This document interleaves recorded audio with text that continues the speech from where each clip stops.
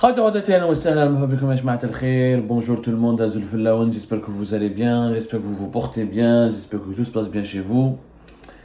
Je voulais vous parler aujourd'hui d'une polémique qui a été éclatée ici en France. Alors quelqu'un partagé avec moi un échange assez virulent avec les responsables de la Grande Mosquée de Paris. Alors la Grande Mosquée de Paris, elle est officiellement un établissement français, régi par la loi française, mais qui est historiquement très lié à l'Algérie, à l'État algérien, parce que l'État algérien est l'un des bailleurs de fonds de cette grande mosquée, et elle a toujours été dirigée par des recteurs, par des imams et des recteurs algériens, d'ailleurs. وعندها علاقة تاريخية كبيرة مع l'Algérie. Honnêtement, c'est un stade, la grande mosquée de Paris, elle a une relation particulière avec l'Algérie. C'est officiellement un établissement français, mais c'est officieusement un établissement franco-algérien. La France et l'Algérie le gèrent ensemble pour essayer de développer un islam de France tolérant, qui ne serait pas fanatique, qui permettrait aux musulmans de France de ne pas être manipulés par des discours idéologiques, salafistes, ou la dangereux, ou la djihadiste, etc. Alors, la Grande Mosquée de France a été toujours l'actuel recteur, il est Shamsuddin Hafez, c'est un Algérien. Historiquement, elle a été, on va dire, fondée et dirigée par Ahmed Ben Gabrit, qui est l'ancêtre de l'ex-ministre de l'Éducation nationale, Nouria Ben Gabrit, Mombad Hamza Abou Bakr, entre 1957 et 1982, Cheikh Abbas, Tijani Haddam, ou la Dalil Abou Bakr, tous étaient des Algériens. Une polémique a éclaté récemment par quelqu'un qui a dénoncé officiellement une certaine dépense et certaines actions de la Grande Mosquée de Paris qui sont étonnantes, qui n'ont pas de relation avec le champ religieux. Quand on dit une grande mosquée, la mosquée de Paris, notamment une mosquée, elle est censée s'occuper des affaires religieuses, spirituelles. Une mosquée peut naturellement abriter des conférences, abriter un centre culturel, mais normalement développer des activités qui sont essentiellement autour de l'activité religieuse et spirituelle. Et bien la grande mosquée de Paris, récemment a été dénoncée par Omar Aït Mokhtar, un personnage politique agitateur, moi personnellement avec lequel j'avais beaucoup de problèmes parce qu'il m'avait insulté, il avait attenté à ma vie privée, etc. à cause d'un différend qui l'opposait avec Hicham Aboud. On s'est expliqué lui et moi, et on est venu, disons, à une meilleure communication ensemble. Omar Aït Mokhtar, depuis plusieurs semaines, depuis même plusieurs mois, il a affiché sa candidature aux élections présidentielles de 2024. D'ailleurs, c'est la seule personnalité qui est déjà officiellement candidat aux élections présidentielles. Il est établi ici en France. C'est un personnage très particulier parce qu'il a pris à contre-pied la politique algérienne. Il est partisan d'un apaisement des relations avec le Maroc. Il a donné des interviews à des médias marocains. Il veut aller au Maroc parler aux autorités marocaines. Il a un discours totalement opposé à celui du régime algérien sur le MAC et sur les partisans du MAC, sur la Kabylie. Alors que Omar Aït Mokhtar a été partisan du président Abdelmadjid Tebboune. En 2019, il a été partisan, il a fait la campagne des élections présidentielles d'Abdelmadjid Tebboune, il a beaucoup aidé le staff électoral d'Abdelmadjid Tebboune. Bon, moi, quand je lui ai parlé, il m'a dit qu'il était déçu d'Abdelmadjid Tebboune, qu'il avait cru en lui au début, mais que plus tard il a été déçu et qu'il estime il a retiré son soutien à Abdelmadjid Tebboune, qui n'est pas encore candidat aux élections présidentielles, je le rappelle, et lui donc veut se proposer comme une alternative. D'ailleurs, il a fait un gouvernement, même Farhat Abbas Dakhlo, Farhat Mahni Dakhlo dans la liste de son gouvernement, de ses prochains ministres, un dernier ministre de la communication, c'est gentil de sa part. Enfin, c'est un personnage assez spécial. Nous aurons l'occasion de le rencontrer d'ailleurs et de lui parler.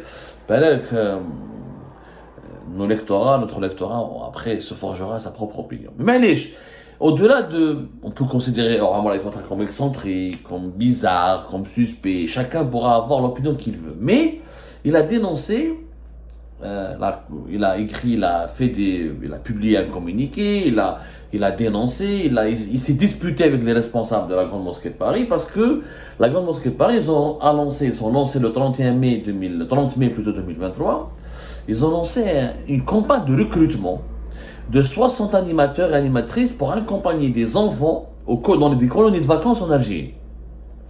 Alors la Grande Mosquée de Paris, dirigée dirigé par un Algérien, par des Algériens très liés au régime algérien, qui visitent régulièrement l'Algérie, qui ont un rapport direct avec l'ambassade d'Algérie en France et avec le gouvernement algérien, et qui, je vous expliquer pourquoi elle est financée une grande partie par l'Algérie, décide donc de recruter 60 animateurs pour prendre 600 enfants issus de la diaspora algérienne pour aller passer des vacances en Algérie. Les départs sont prévus à partir de 4 aéroports, Paris, Lille, de 4 villes, les aéroports de 4 villes importantes de France, Paris, Lille, Lyon et Marseille. Paris sera du 15 juillet au 25 juillet, Lille ça sera du 15 juillet au 25 juillet, Lyon du 25 juillet au 5 août et Marseille du 5 août au 15 août.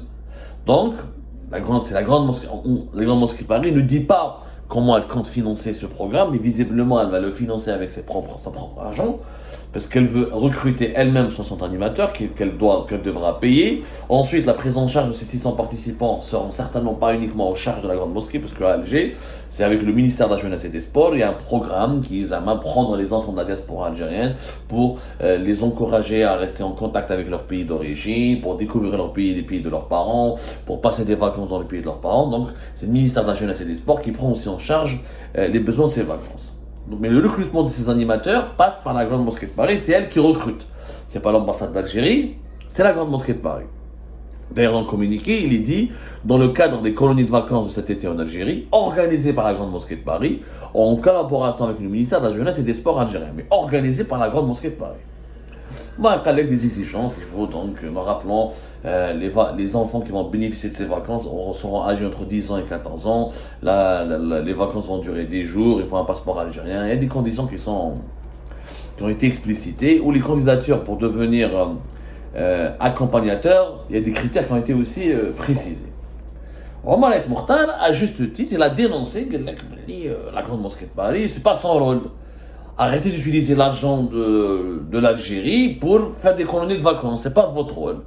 Il y a eu des échanges assez virulents. Je suis un des responsables de la Grande Mosquée de Paris qui l'a attaqué, qui lui a répondu de façon très virulente. Vous n'êtes pas digne de la communauté algérienne, vous êtes un polémiste, vous n'êtes pas sérieux, vous n'êtes pas sincère. Mais il ne lui répond pas au fond.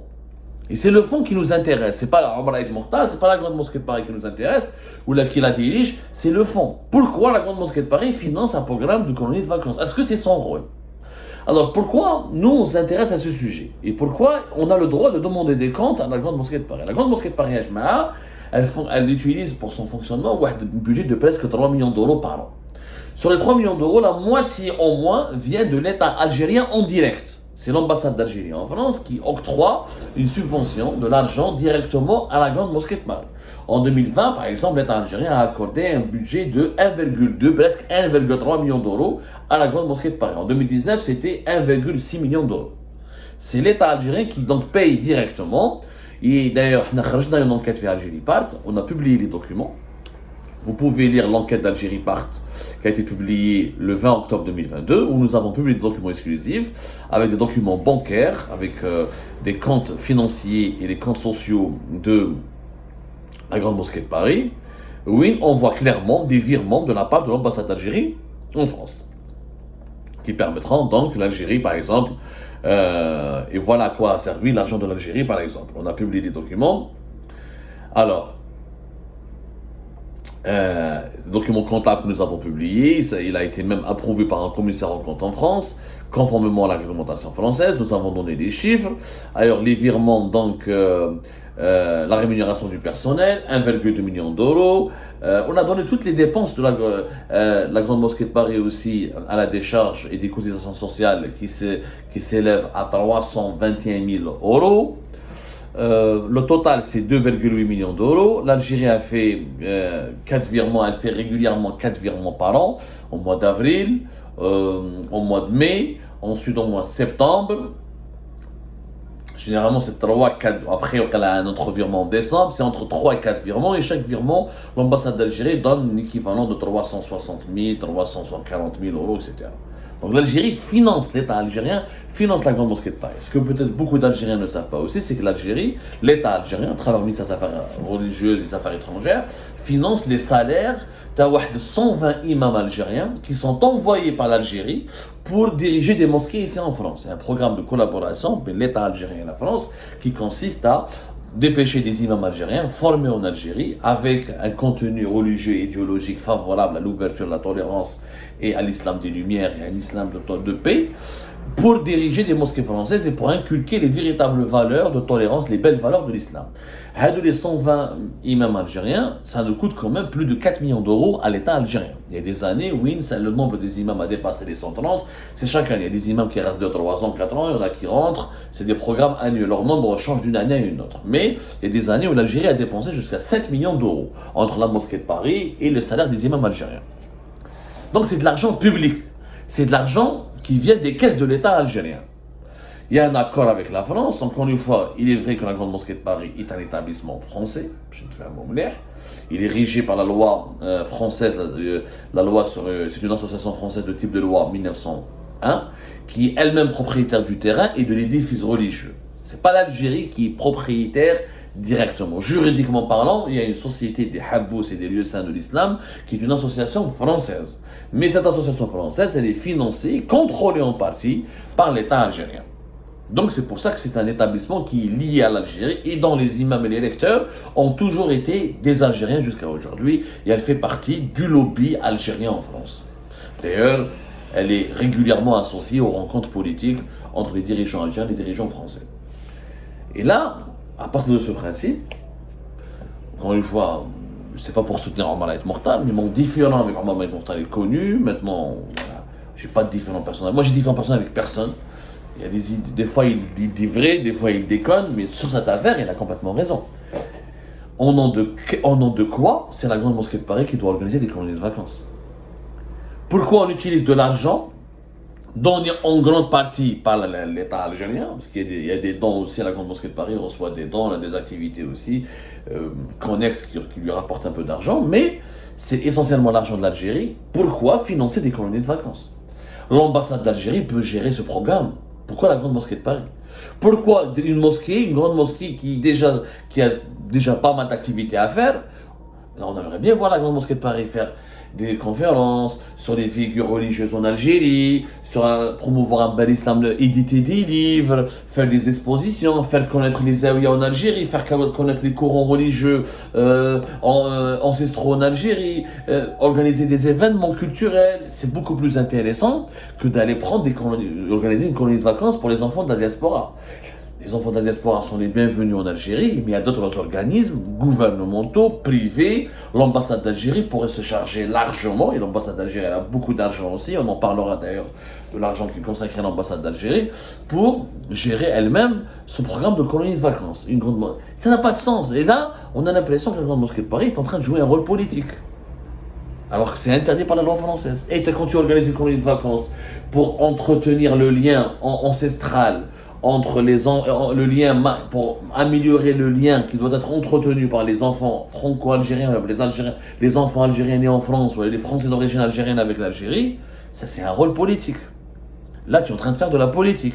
Tu es en train de dire aux binationaux qu'il faut rester algérien aussi, qu'il faut avoir des valeurs algériennes, qu'il faut penser à l'Algérie, etc. Ça, c'est pas le rôle de la Grande Mosquée de Paris.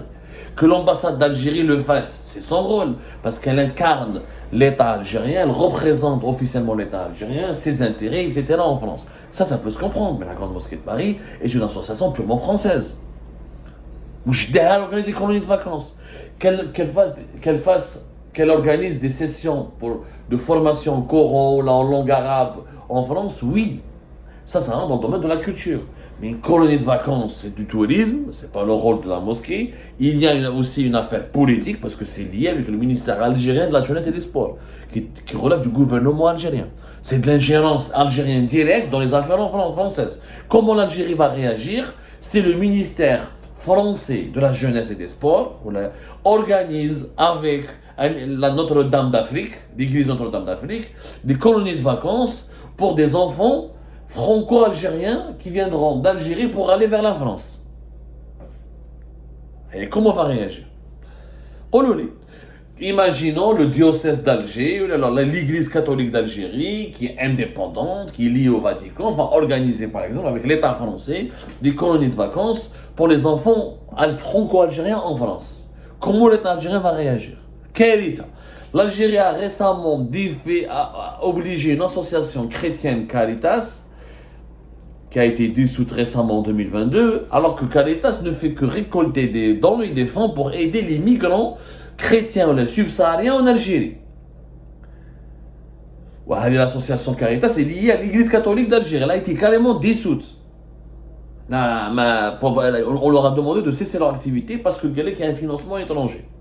Je vois l'Algérie, c'est incohérent. Elle-même, elle ne veut pas de l'ingérence étrangère, elle ne veut pas du financement étranger dans son propre pays, alors que l'Algérie, l'État algérien, finance directement les activités en France. Il se permet de financer des activités qui concernent, oui, des enfants franco-algériens, ils sont algériens, mais ils sont aussi français. Imaginez, est-ce que le contraire aurait été possible? Jamais. Quand le contraire a été fait, l'Algérie va créer un scandale, ou la DGSE, ou les services secrets français, le relais du néocolonialisme, la souveraineté nationale qui est violée. Et pourquoi vous ne respectez pas, vous, la souveraineté nationale des autres pays? L'ambassade de France à Alger donne des bourses. Mais c'est l'ambassade de France. Ça passe pas par l'église catholique ou là par une association algérienne. Si l'ambassade de France donne des bourses à des étudiants, à certains enseignants, là oui, c'est clairement, c'est l'État français. Il y a des activités de coopération entre l'ambassade de France et le gouvernement algérien. La grande mosquée qui collabore directement avec le gouvernement algérien pour des enfants français, ils sont d'abord français avant d'être algériens en France. C'est immoral.